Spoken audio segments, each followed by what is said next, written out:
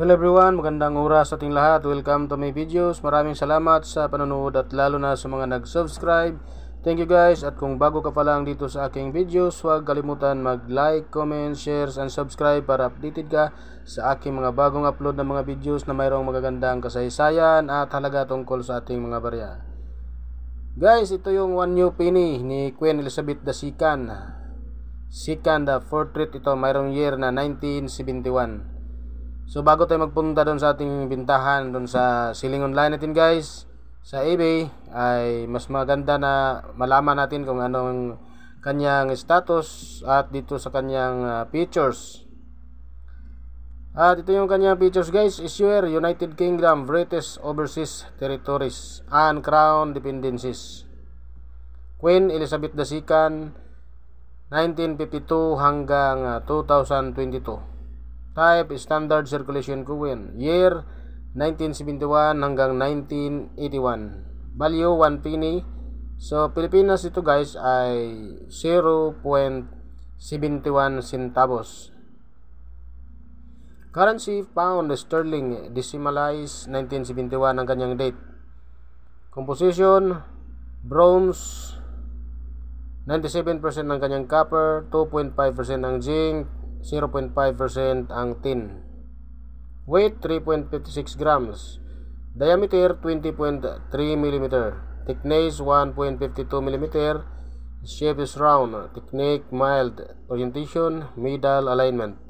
Number, A number 665. Reference number, KM number 915.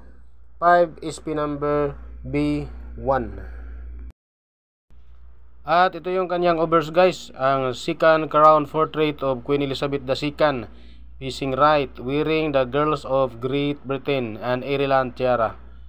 Legend around, and script niya is Latin, lettering Elizabeth II, DG Rig, FD 1971. Unbridged legend Elizabeth II, De Gracia Regina, PD Depensatric. Translation, Elizabeth II by the grace of God, Queen of Defender of the Faith. Designer si Arnold Machine. At ito naman ang kanyang reverse guys, a crown portcullis with chins, an adoption of the badge of Henry VII, which is now the badge of the Palace of Westminster and the Peace Value. Mayroon siyang script na Latin, ang lettering New Penny 1. Designer Christopher Ironside. Age plain. Mint, Royal Mint, Lantrisan, United Kingdom, 1968 ang kanyang date. Comments: although these coins were not issued until decimalization day on 15th of February 1971, Queen Elizabeth II struck 6 of the new pennies at the opening of the new Royal Mint in Lantrisan, Glamorgan, on 17th day 1968. Following that, the Prince Philip, the Duke of Edinburgh, struck 6 of the new half pennies, and Prince Charles, the Prince of Wales, struck 6 of the new 2-pence pieces. Christopher Ironside designed all 6 new denomination for decimalization, for which he was awarded the OV in 1971. At ang kanyang 1971 guys ay mayroon 69% at 1,521,666,250 pieces or kanyang mintage ang nating 1971. So mayroon siyang Bio Blue wallet na 1.8% at mayroon siyang price na uncirculated is 62 pesos. Ang kanyang proof 2%, mayroon siyang 350,000 ang kanyang sample. At 100 pesos naman ang kanyang uncirculated. So ang ating 1971 guys, sa ating 69%, mayroon lang siyang extra fine na 9.10 centavos. 9 pesos and 10 centavos. Ang about uncirculated is 11 pesos. Uncirculated is 55 pesos.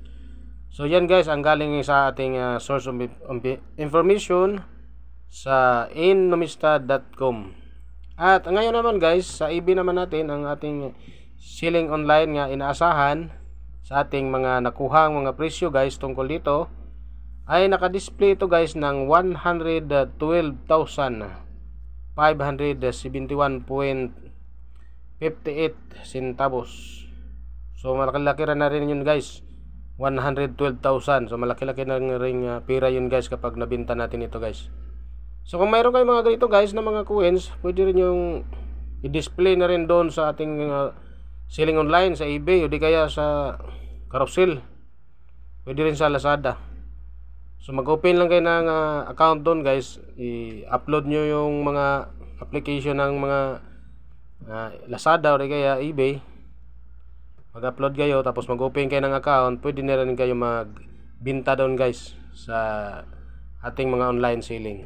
So yun guys, ang mga nakuha natin ng mga informasyon tungkol dito sa ating Queen Elizabeth II na mayroong taon na 1971. Maraming salamat sa panonood guys at God bless sa ating lahat.